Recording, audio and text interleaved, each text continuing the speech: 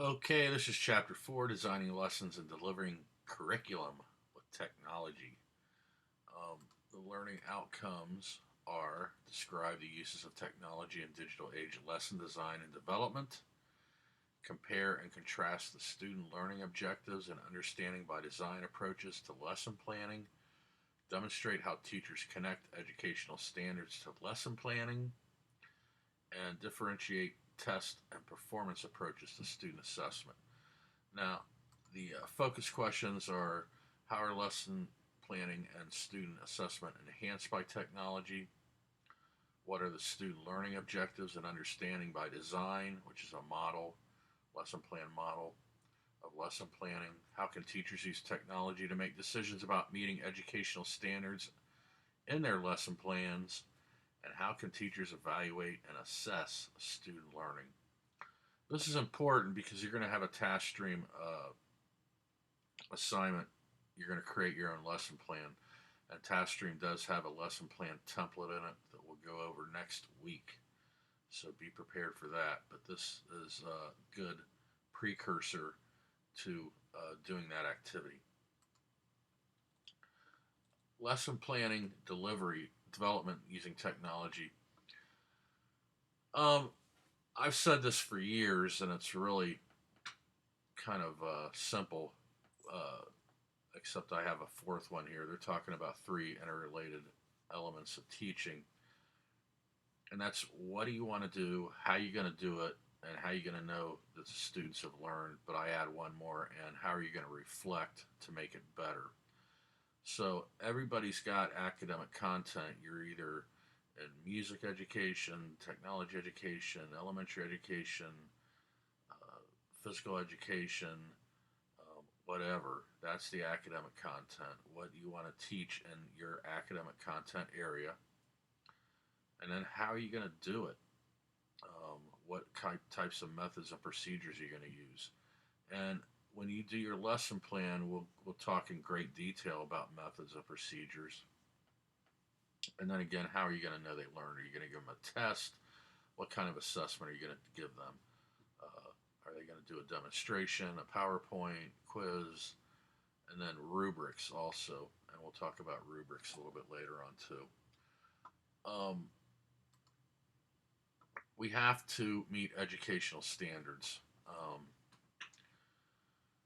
and that's can be difficult if you're going to be teaching in a standards class. In Florida, we are phasing out the FCAT and putting in the Common Core, Florida Common Core standards, they're calling it.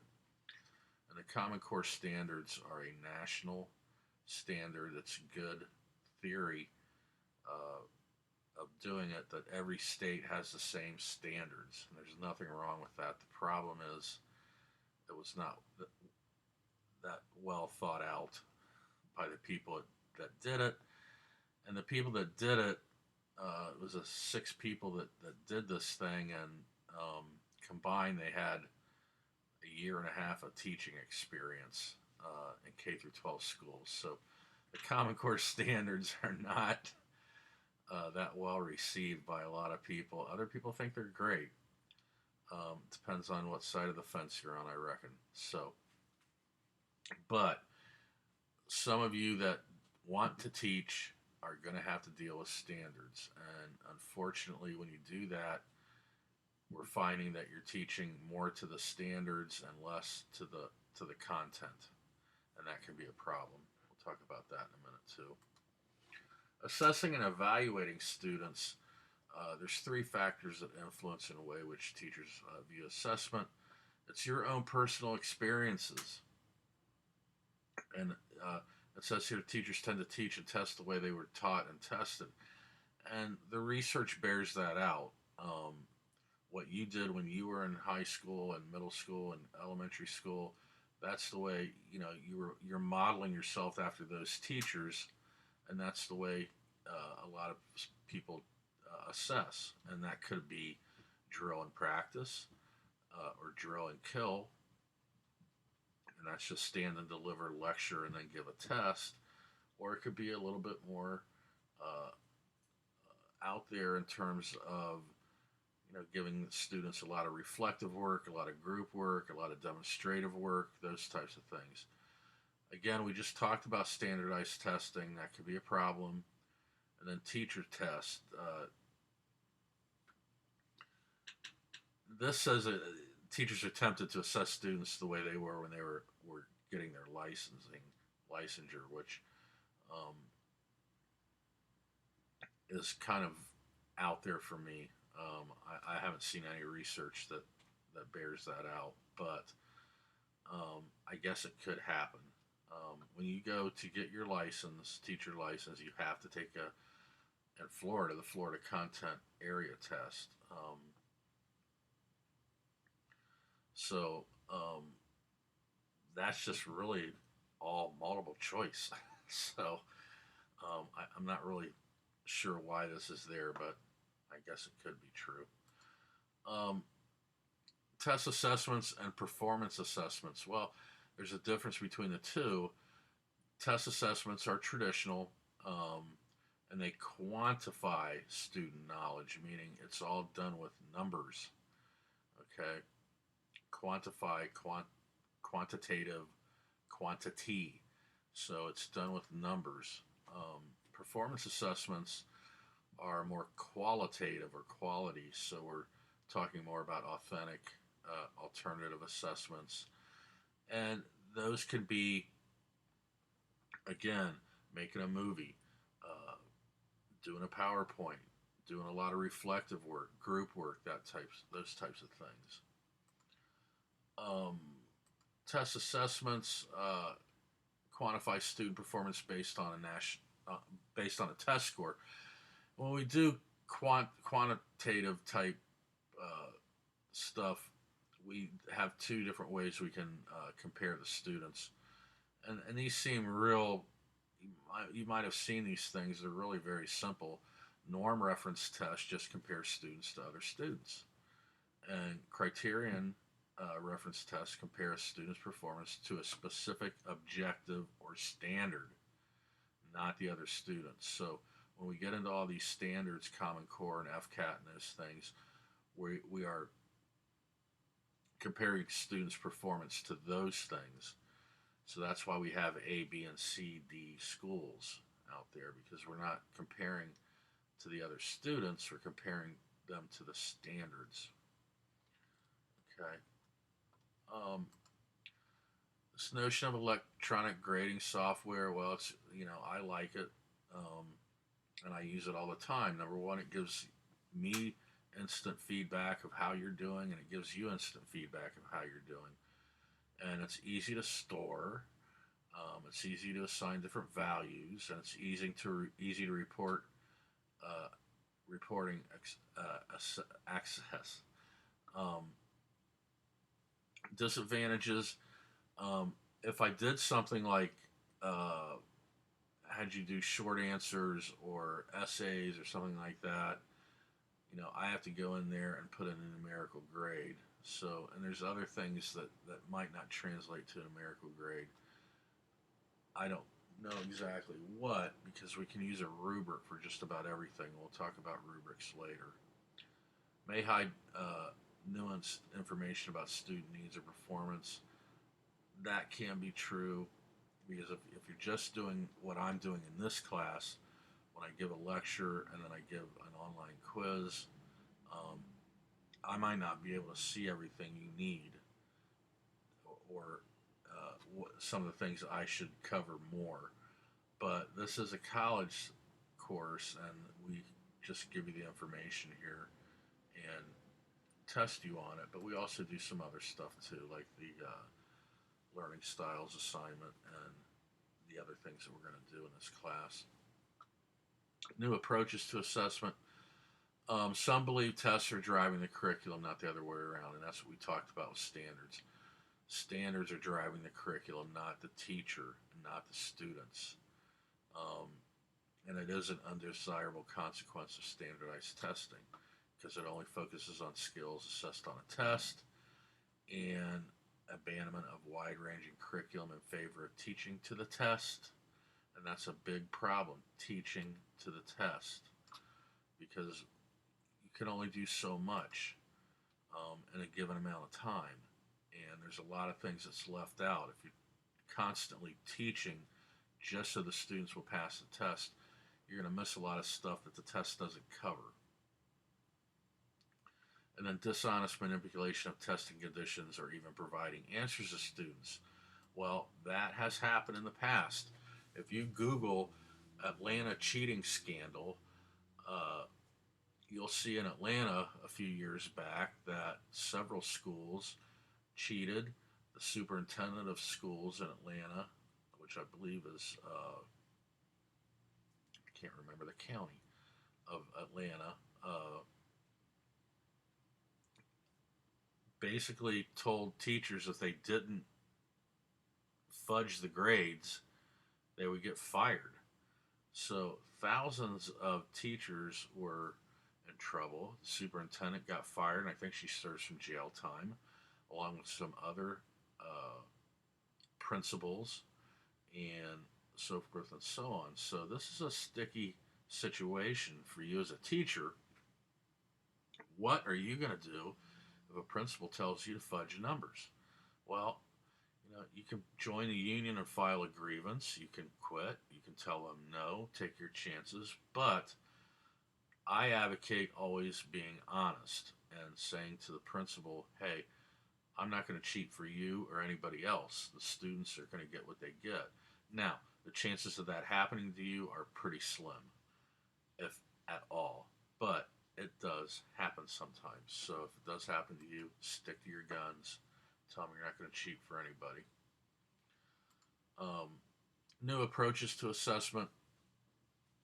The National Council of Teachers of English recommendations include using multiple manageable measures. So that means tests, quizzes, but also reflective work, written work, demonstrations, movies, PowerPoints, and so on and so forth. If you heard that crack of thunder or not. Consumers of data must understand what it can and cannot say about the learning. So the consumers of data are you, the parents, the principals, everybody, all the other stakeholders. What is the data saying? So it all depends on how you do an assessment. Teachers in school must have choice and assessment tools and freedom to create on their own. Create their own. And unfortunately, that doesn't happen a lot because of the standardization. If you're one of the teachers that don't have to deal with standard, you get the freedom to create your own. Okay, so, but sometimes we don't get that choice. Performance assessments measures performance within the context of targeted activity. They include educational activities other than tests. Again, portfolios, presentations, performance, etc., group work, that type of stuff. Alternative to testing can show practical understanding material, and that's true. If someone's explaining this something to you in a demonstration and covering everything that you would put on a test, and showing it to you in a hands-on, practical way, they are showing an understanding of material, and that's a good thing. Using technology in performance assessment. Well, we have technology tools, all these things, word processing, PowerPoint, digital portfolios, blogs, websites, video, podcasts, all these types of things. And then we have for technology, well, with the word processing and PowerPoint, we have the papers and presentations, digital portfolios, examples of student work, podcasts and the like, performance built around academic material. And then digital portfolios can help these students with college admission, job applications, and so forth and so on. Now, the rubrics. Well, we have the student performance rubrics. And a rubric is a established in advance criteria for assessment, and I'm going to show you one here in a second. We describe those criteria in concrete terms, and we allow students and teachers to discuss the best work in areas that need improvement. Rubrics can provide clear framework and a list of specific activities to accomplish and complete. And I know you've probably seen them. You may not know what they were called, but rubrics are the way we are going in education today. To create a student performance rubric, criteria must be concrete. Criteria must be clearly communicated. For example, compose an engaging introduction that captures readers' attention. And you can read the rest of this, but what I'm going to find for you is an actual rubric, and well, I'm going to show you how to make a rubric. We're going to use a thing called Ruberstar. So bear with me here just a second.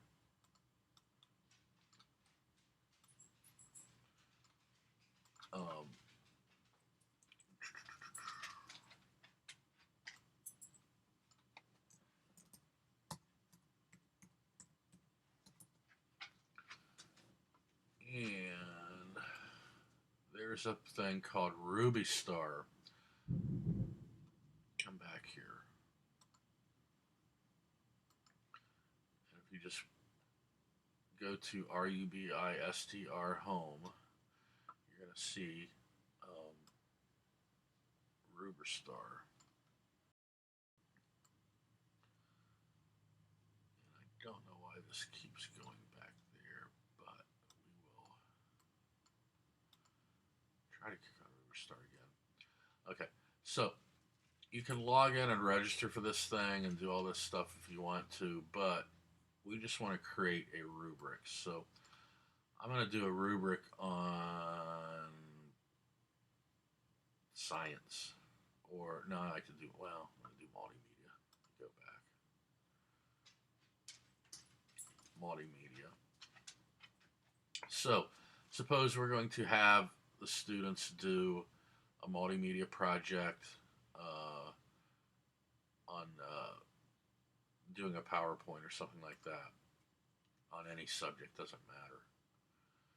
So you're going to have to fill in your name. Put Dr.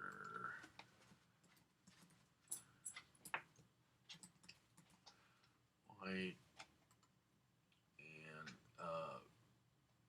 they want you to put in your zip code.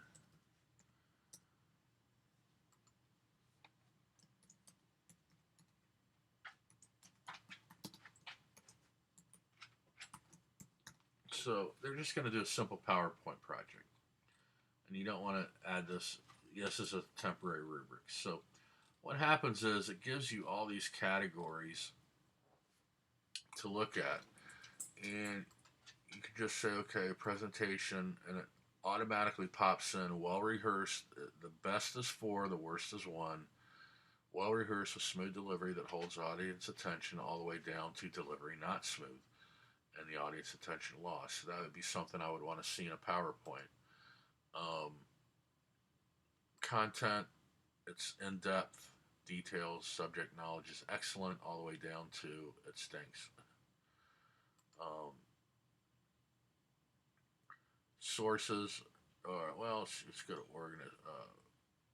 oral presentation.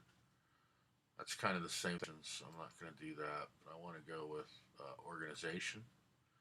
Content is well organized, all the way down to it's not well organized. And then finally, it's best to do about 4 or 5 at the most. The mechanics, there's no misspellings, things like that. Let's do one more. Let's see. And the other thing is, you can do your own. You can pop in your own stuff. Did we do mechanics? Yes, we did. We'll do sources. Okay, source information is there for all graphics and all that stuff. Now, the great thing too is if you want to change some of this around, you just go in and you can retype in there. It's all editable right now. once you're done, you hit submit,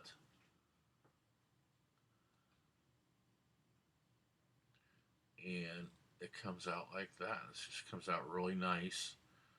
So you always have your categories: presentation, content, organization, and then your criteria. And your criteria goes from 4 to 3, and you can change these if you want to. If you want to go back and change them, um, to 4 being the best, all the way down to 1 being the worst. So when you're finished with your rubric, you can do a couple things. What I like to do when I do these is just copy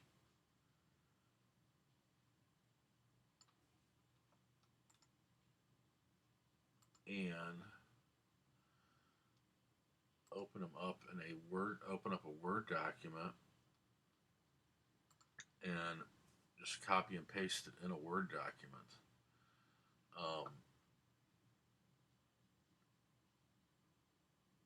My Word document will be popping up here momentarily, but in the meantime, rubrics are a good way to assess, and it gives the students um, prior knowledge of what's going to be expected of them so they can work on their projects accordingly. And there's my Word document finally popping up. Just go V, paste, and it should pop up. Now, what you can see is it's done this, and I can just, I'm just going to go in and format the document to landscape, and it should take care of this. Um,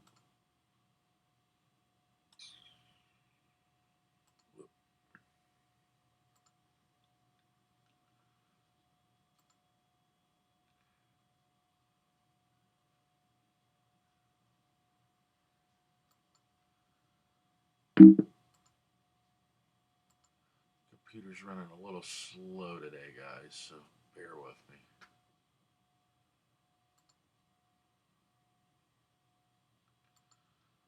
Click OK. And you can see that it's double time. But you get my point of how to do this. Now I could go in and manipulate this thing and get all these mess with all these cells if I wanted to. For some reason it's not doing it, but you get my point of how we can go ahead and just get all these things in a Word document, and then we have room at the bottom also to write. I could just put comments here. And of course, this is all editable too. I can change everything around in here if I want to. So that's how we make a rubric. And you're going to see rubrics all over the place when you go through your educational career. I would suggest saving every one of them because you never know when you're going to need them. Doesn't matter what format they're in. As long as they've got a category and content or criteria, you can switch things around. So that's it for this chapter 4 video. Again, we'll be doing a lesson plan pretty soon, so be ready for that. That's it.